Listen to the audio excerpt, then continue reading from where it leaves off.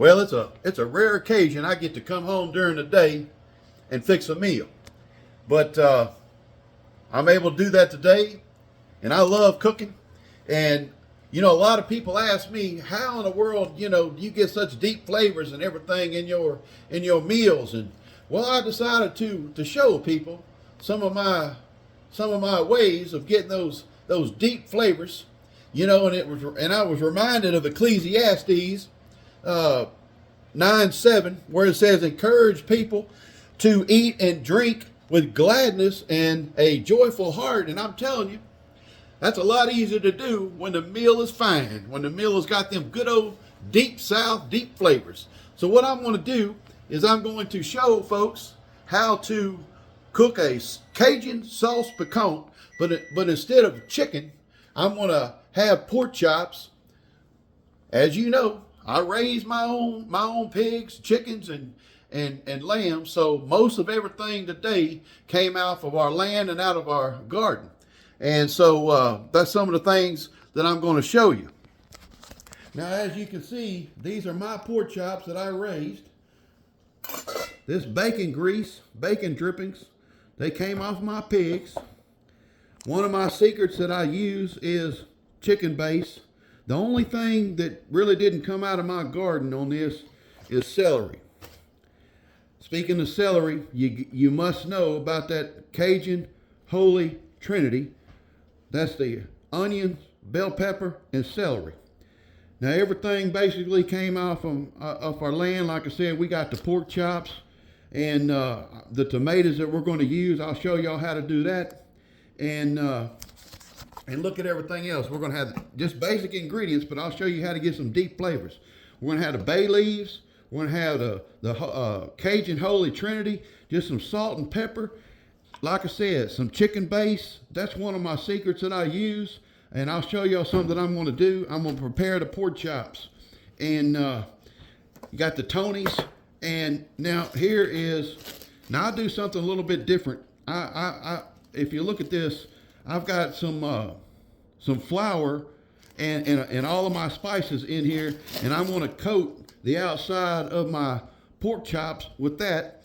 And the other thing I'm going to do, I'm going to get me another bag, which I don't see one right now, and I'm going to flatten those pork chops out and tenderize them. So this meal is going to be absolutely delicious. So here's some thyme. So buckle up and let's get this done. And look over here. Y'all know I got the big old cast iron black pot out, and we're going to do those pork chops up and brown them up real good with the flour and some oil. And we're going to put those over here in my other cast iron pot, which actually that cast iron pot belonged to my great grandmother. That thing's pretty old. So anyway, I'm going to set you up on my mantle and show y'all how to get this done. A Cajun sauce piquant, but not chicken sauce piquant. It's going to be with pork chops. So we'll go ahead and get everything prepared. We'll go ahead and dice everything up. We'll get this celery all nice and cut up, and I don't know if you can see this, you probably can't, but you never put your fingers out. You always have your fingers tucked in, and you just use your knuckles, and then you just work that knife, because you never want to, number one, you don't want to bleed on your food or nothing like that, or have an injury. As y'all know, my former profession, I was a health and safety manager, occupational safety and health. So anyway, we got that celery all cooked up. We'll get these onions all diced up. I'm gonna put at least two whole onions, and I want to do a mixture of some of them kind of chopped fine, and the other ones I'm going to leave them a little bit larger. I'm not going to dice them up just real fine or anything. Just have a mixture, and that's one of the things that I do. Now here is a bell pepper. Came out the garden, part of our ministry, garden ministry, Greenwald Farms garden ministry, and then we do a cooking for Christ. So anyway, I'm dicing up these bell peppers and onions, and it all came out the garden. Now these bell peppers, I'm going to do the same thing as I did with the onions, because it gives a little bit different texture, you know, to it, and so you can have some fine diced up, and then when someone plates the food, they'll be able to have a little bit, you know, larger pieces of the bell pepper. Now most people don't know this, but a bell pepper is real strong. So you got to have just about everything else that don't really matter, you know, with being exact. But with the bell pepper, you really do have to have the right portion. So even though we're going to cook a pretty good size sauce piquant, I didn't put but only one, you know, not a real large one, but only one bell pepper in this, because you don't want the bell pepper to overpower everything else. So we got a couple onions and a medium to large size bell pepper done. Now, I got those all done, and what I'm gonna do now is I'm gonna go ahead and do a sauce piquant. Now, if I didn't have my gloves, my hands are wet. I forgot to put my gloves on, but nonetheless, if I didn't have some company coming over and it was just me eating, well, you know, I would keep the bone on. But what I'm going to do is I'm going to when I make, you know, I always do it the best I can, because I love serving good food and to people, and I love people eating my food that I put a lot of love into. So what I'm going to do is I'm going to cut the pork chops off the bone, and then I'm going to take it a step further, and I'm going to tenderize it. One of the other things that I always do, I'm always mindful of cross-contamination, you know, and so I just make it a habit, you know, I just make it a habit to always use, you know, just a couple of different knives. Of course, I like different knives for different things, but a couple of different knives for different things. But I use one knife basically all the time for raw meat, and a lot of times I will have multiple, depending on what I'm fixing, I'll have multiple cutting boards, and usually only have one cutting board with raw meat on it. But since today everything that I'm cooking is going to go into the same pipe, then don't really need to worry about that too much. But like I said, I'm gonna debone these pork chops. Now let me tell you something. When I grow a pork chop, that's what they look like. I grow my pigs special feed in and out. I know everything in and out of my pigs.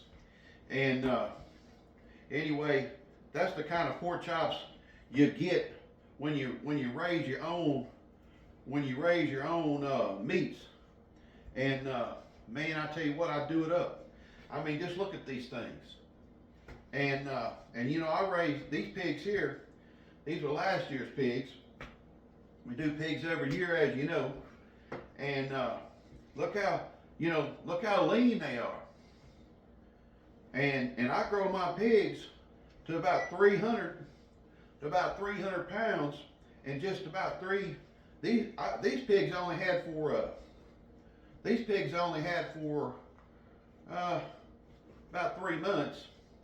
The pigs I had for this year, you know, I kept them a little bit longer, but they didn't grow any bigger than these did. They were still only 300. Actually, they were 270. But what I'm doing now is I am trimming some of the fat off, and I'll trim some of the fat off, and then you know, like I say, I'm going to coat these, and then I'm going to fry them up.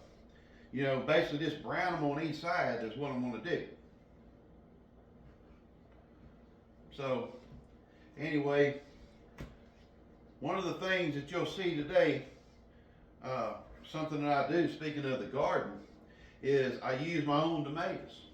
I don't buy stewed tomatoes. I vacuum seal my tomatoes, and I freeze them whole. And then when they thaw out a little bit, they're just like a stewed tomato, and the skins come off of them real easy like. No work at all to it. Anyway, I'll show you that. And the other thing that you need to keep a lookout for is another one of my little tricks. When if there's any tomato juice left out of my fresh tomatoes that are frozen straight out the garden, a lot of times I pick those tomatoes. I'll leave them outside for a little bit, make sure they're perfectly ripe where I want them. Then I bring them in, and I do the freezing process, immediately. So they literally are frozen fresh, and we do enough tomatoes to last us all year long. And on top of that, we make everything. We don't even buy them. We make our sauces out of it. With those fresh tomatoes, and all the sauces and everything else that you would use, diced tomatoes or canned tomatoes, whole tomatoes, stewed tomatoes. We use our frozen tomatoes and all of that. It's a little bit, more of a little more difficult process, as you can imagine, than just opening up a can. But something that we take delight in and doing, and always eating the foods that come right off our land. So it's just something we take pleasure and delight in. So you'll see now that I'm actually going to get me another bag.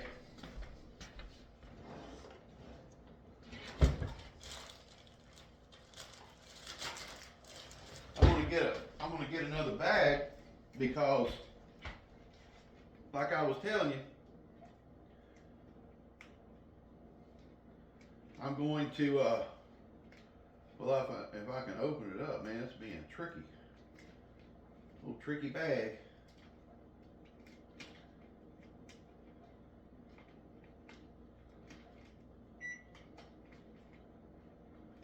Well, guarantee you one thing, I'll open them up like this. Make it easy. What I'm going to do is, I'm going to put a couple of these in here, and I'm going to beat them down inside this bag, and tenderize these chops up a little bit, just because, I want to make the meal as good as I possibly can, for my guests. Love cooking, and I put everything, just like I do everything, I do it to the best of my ability. And, I put all these little, what I call steps of love in my cooking. So I just beat them down.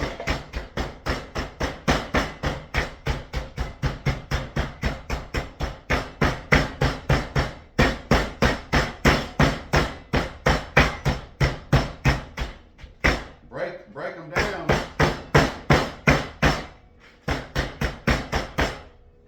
in this bag, and then I'll coat them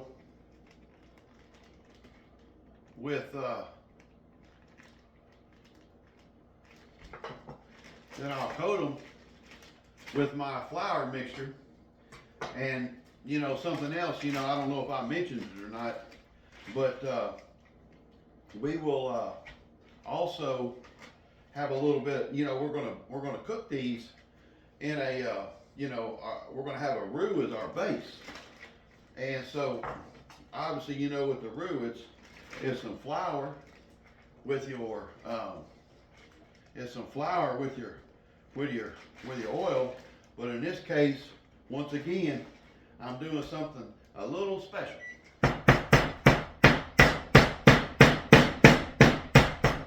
And that is, I'm gonna I'm going to have some bacon grease, some bacon dripping off my pigs, and just that much more flavor in everything, see? And one thing you have to have a key ingredient. You have to be a key ingredient. Number one, you have to love cooking and serving good food to people. You have to have a good taster, you know. But as you see, what I'm doing now is I'm just coating these pork chops in my flour mixture, just getting it all mixed up in there, and you know, real good. Just realized that I missed a small bone. We'll go ahead and cut that out. Anyway, so that's what we're going to do. We're going to coat these up, and that'll be a large portion of our flour that's going to make our roux. And after I get all these out, then another bone I didn't cut out. I don't know how all that happened in the butcher shop. Little bone fragments.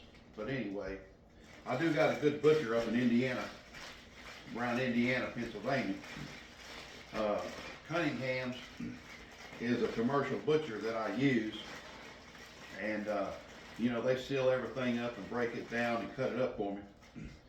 Now I use an Amish guy to do my sheep, do my lambs, but I use Cunningham's for my pigs.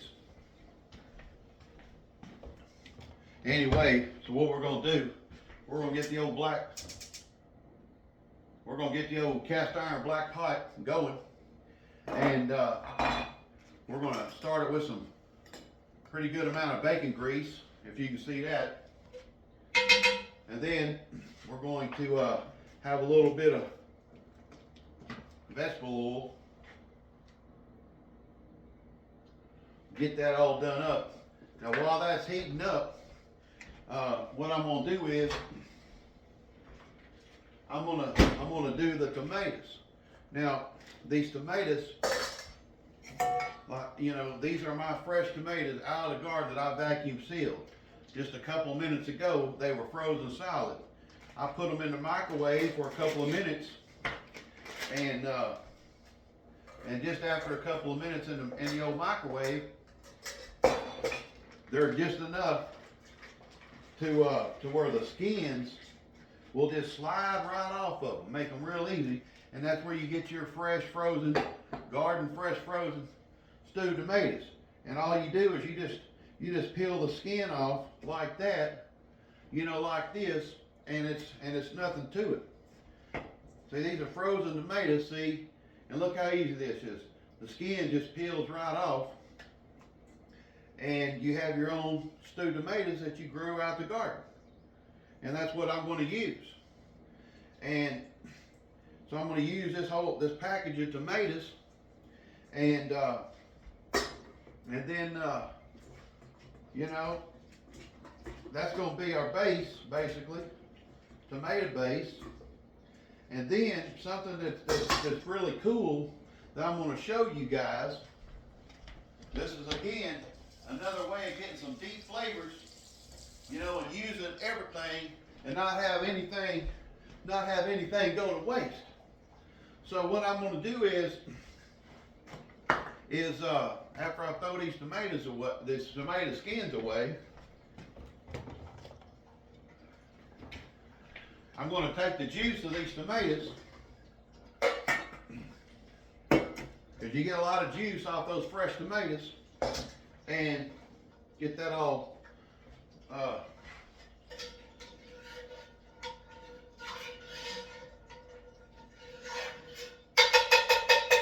you get the juice off these tomatoes, and what I'll do is I'm going to take some chicken base, and of course my chicken base is where I'm going to get my salt from. to salt everything. So I'm going to take the chicken base and I'm going to mix it right in. I'm going to mix that chicken base right into this tomato juice, this fresh tomato juice that just came out of these stewed tomatoes. So those little things, you know, garden fresh tomatoes, garden fresh vegetables, the tomato juice, and beating them down, putting the seasoning right on the pork chops, and using bacon grease, and then we're going to have bay leaves, and of course we're going to coat this stuff in Tony's Chachere's too. You know, it's you can have some Cajun food, but typically just about every Cajun dish got some Tony's Chachere's on it. So I'm getting that all done up, and I'm about to dump these chops in there.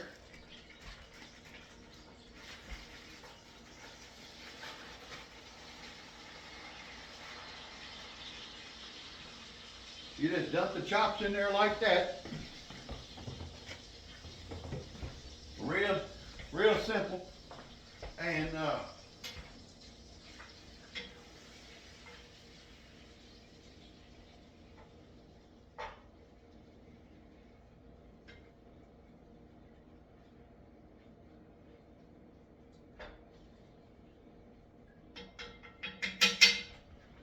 get them all browned up, and that's it.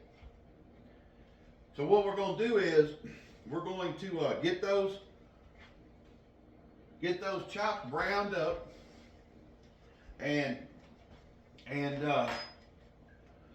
we'll take them out, and we'll use this flour in with the grease, and we'll make us a deep roux.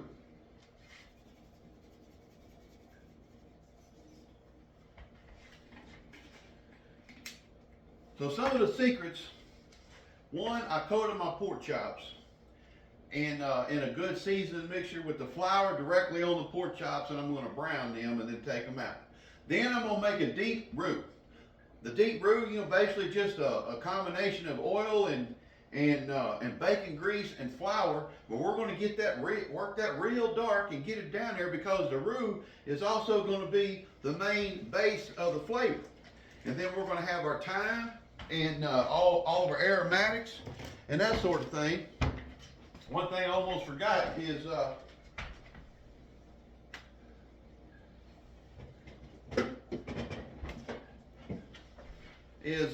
some garlic. Just some basically fine chopped garlic from Delillo's, or the brand Delillo's. And then we got our Holy Trinity: onion, celery, bell pepper. And then again, I can't stress this enough. I use a lot of chicken base and beef base in almost every one of my dishes. And the difference in flavor is amazing. And of course, you know, bacon grease and all of this ingredients, and then we'll let it simmer for a long time and get everything all melded together. And once we get it all melded together, we'll dump them bay leaves in there and let them bay leaves just simmer in that sauce for a while. And I'll tell you what, it's going to be delicious. No doubt about it. It's going to be delicious.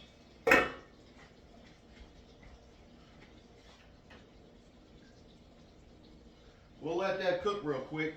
And I didn't really realize I was going to have a waiting period. But in the meantime, before this gets right where I can show it to you, I'll go ahead and throw all the bones and everything away. I always keep me a good bundle of gloves in the kitchen, handling all the raw meats and everything. And of course, I especially use them when I'm making my meatloafs. And you know, and something that I do on a meatloaf is I use a mixture in my meatloaf of ground pork and ground lamb. And I'll tell you what, it's one of the best meatloafs you ever taste. Those flavors are amazing. Of course, I make a lot of different kinds of meatloafs. I don't know if I've ever made the same meatloaf twice, but most of the time, because we raise our own meats, you know, I use the ground pork and I use the ground lamb. Because we all know just how expensive beef is. It's outrageous. But we've come to where we like lamb better than any kind of beef. We use our lamb chop for our steaks and our ground lamb and replace the ground beef. Our roast, or either the roast or the leg of lambs. And of course, you know, the lamb's got a lot of roast on them. They got the neck roast. They got the shanks. The legs. There's all kind of different cuts of meat that you can use as a for roast. So these are getting pretty close to getting all browned up, and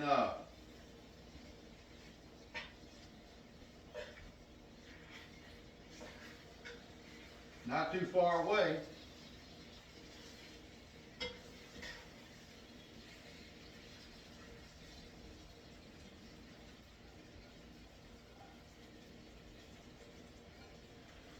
Once I get those all browned up, all the coatings and everything, what I'll do is I'll take them out,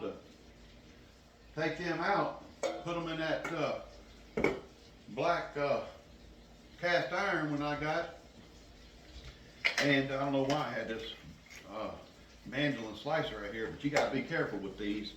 It'll sure enough take part of your finger off, if not all of it, if you're not careful. Anyway, I'm fixing to make that roux, and we may end up having to add a little bit more oil to make that dark roux. It's just about done. I just about got them all brown on each side. So I'll take them out, set them to the side. You know, at this stage, you don't have to cook your pork chops all the way through, because you're going to put them back in. You're going to put the, you know, or it'd be chicken. Now, if you was using chicken for a sauce piquant, you know, I'm always going to recommend that you use boneless, skinless chicken thighs usually. Now, if you're eating them by yourself and you don't care about getting messy or anything, always cooking with the bone will give you the best flavor. Most people know that. I'm gonna put a little bit more bacon grease in there, because we got plenty of it, as you can imagine. Because I get, you know, over 50 pounds of bacon grease every year. Or about 50 pounds, of bacon. This year I'm gonna probably get about that.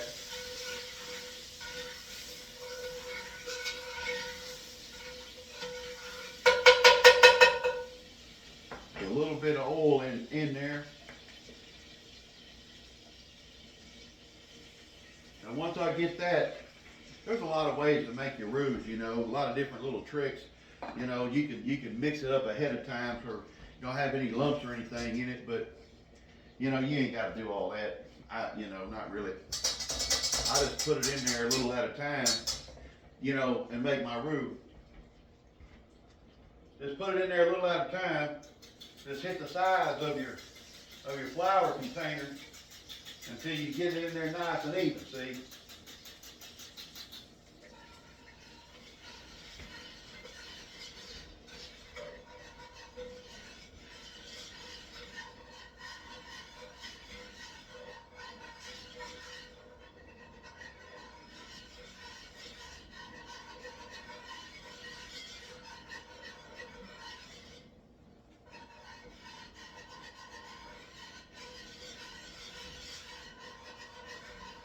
Now it's important to keep stirring that roux, because you want it dark. You want it like a peanut butter, you know, consistency, and even darker than that. You want it like a deep, you know, almost like a chocolate. And again, that flavor from that roux is what's going to give it to you. Now what I'm going to do is I'm going to work this roux, and then I'm going to dump my Holy Trinity in there, the onions, celery, and bell peppers. Get them, basically translucent a little bit. And then I'm going to dump the tomatoes in there, my stewed tomatoes, which I basically crushed with my hand, so I got crushed tomatoes. And then after that all melds together, then I'm going to pour the tomato juice with the chicken base in there. And then I'll add as much chicken base and water as I need to let it all simmer and come together. And then we'll put the lid on it and let it cook down for about 45 minutes.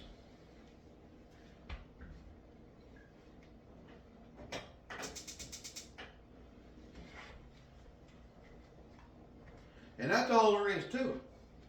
Now if you take all of these steps and you use these fresh ingredients, all these steps of love I was just talking about, coating the pork chops, having a good spice mixture on the chops themselves, using garden fresh vegetables, not losing anything to waste, even the juice that come off of your fresh tomatoes, you stir that in there, the tomato juice, in with your chicken base, and then of course all the meats are very important.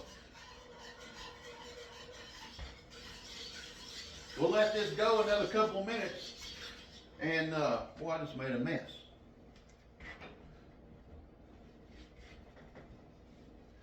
We'll let this go a couple minutes.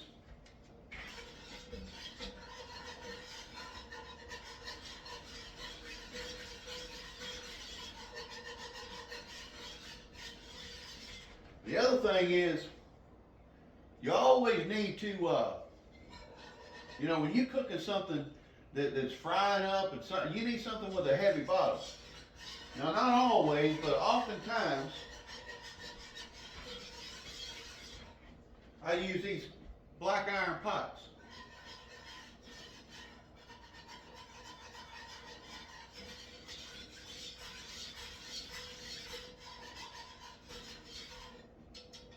Now, believe it or not, that is already a peanut butter consistency. I'll go ahead and show it to you real quick. This peanut butter consistency on this roux.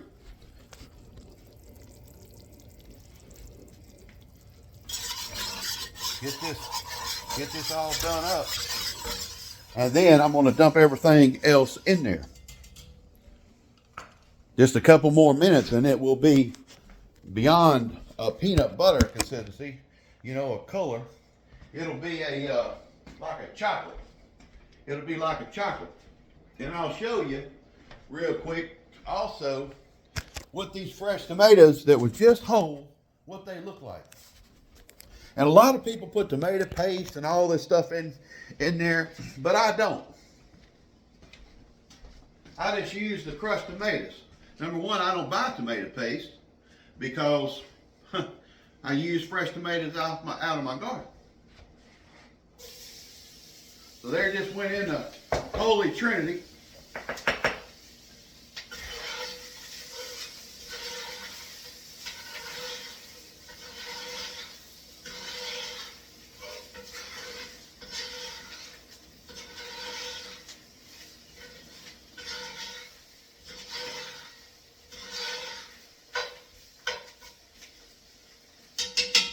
Stir that up. Now here comes your tomatoes.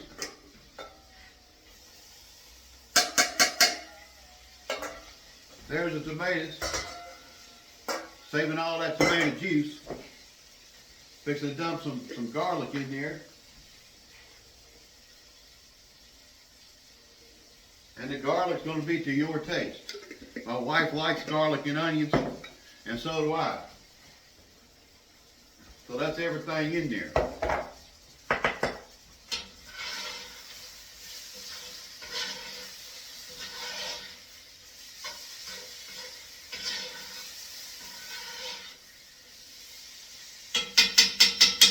Believe it or not, it's already done. I'm going to put this liquid in there. I mean, not already done, but you know, that stage of it.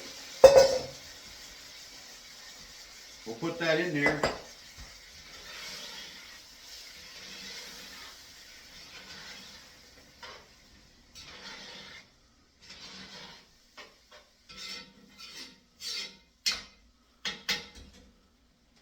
Now what I'm going to do is get a little bit more, well, I think I put it up already. Just get a little bit more chicken base, you know, kind of like a broth, but since it's got so much salt in it, you don't need too much. It's a chicken base. It's real, you know, it's real potent. You got to be careful with that.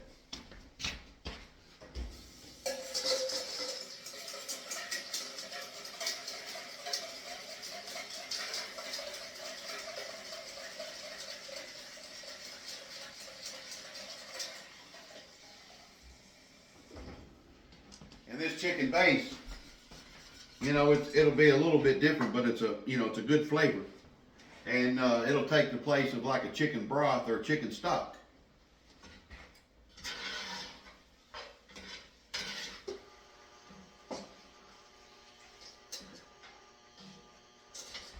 Now I learned something from my old buddy, Mickey J, who taught me a lot about cooking. Really got me into this Cajun cooking, and now I'm one of the best because of him. He was one of the best. But something old Mickey did when he was really trying to impress folks and get those deep flavors is he would try to go get this old hen, not a young chicken.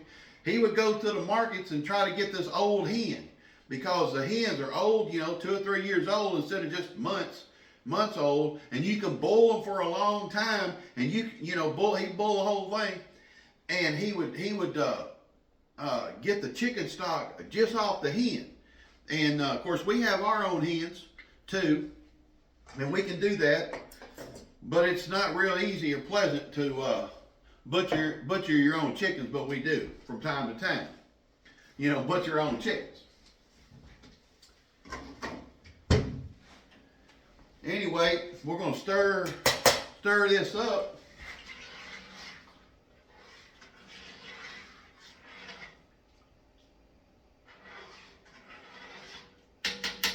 And once it gets just right, put the bay leaves in there. Once it gets to boiling and simmering, well, my bay leaves are broke. Have to get the biggest ones that I can. Well, there ain't too many big ones. About time to get us some new bay leaves. These are all broke up. But y'all know how expensive spices are these days. Anyway, we'll put a couple of bay leaves in there and bring that pot to a good simmer. Actually, we'll bring it up to a boil first, and then after we get that done, I'm going to put the pork chops back in it and on top of it, and then this is all going to be served over usually a bed of rice, and you know, it's actually delicious on top of some garlic butter mashed potatoes. But most of the time, you Cajuns, everything's going to be rice down there in that part of the country, and from the south, and they put, you know, so we'll probably do the same thing. Put it over a bed of rice. Now what I'm doing now is putting some thyme on it, and I love thyme on pork chops or chicken, either one, or lamb. I don't put a lot of thyme, you know, on certain dishes, but most of the dishes like this, you know, I do. So this has got your fresh tomatoes, the Holy Trinity, onions, celery, bell pepper. It's got black pepper. It's got Tony Chachere's in it. It had a special blend of onion powder, garlic powder, paprika, and salt and pepper in the flour mixture. And then I mixed in the chicken base in with the tomato juice, and that was the base of my liquids that put in there. And then we added a little bit more of chicken base and water to it. And of course, you know, most of the flavor is going to come from that deep roux that we made. You never want to go less than a peanut butter coloring consistency. You usually want to go a little bit beyond that. But if you don't have a lot of time or anything, you can just make it a peanut butter consistency. And if you don't like doing roux, you know, and you know, filling your house up, you know, with that roux smell, which I love, you can just buy what they call kitchen bouquet and make your own. So I'm going to take you off the mantle and show you one last little part real quick. And actually I'm going to go ahead and put this meat back in there.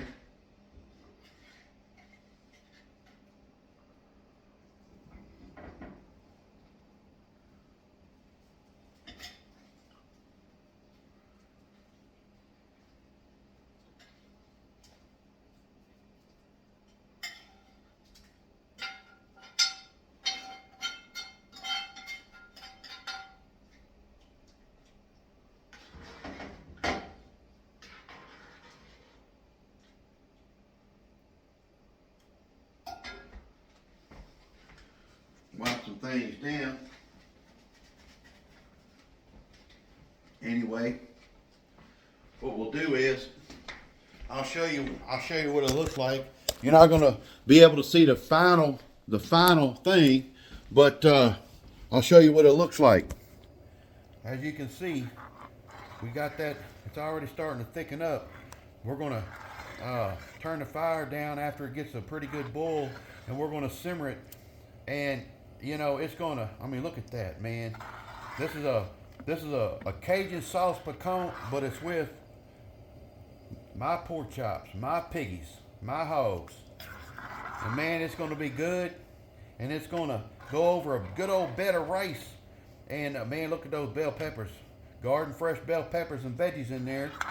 And anyway, it's gonna be good. Hope you learned something. If you have any questions, you know, give me a call. And don't forget those steps of love that you put in the food, because it makes a big difference. I'll see you.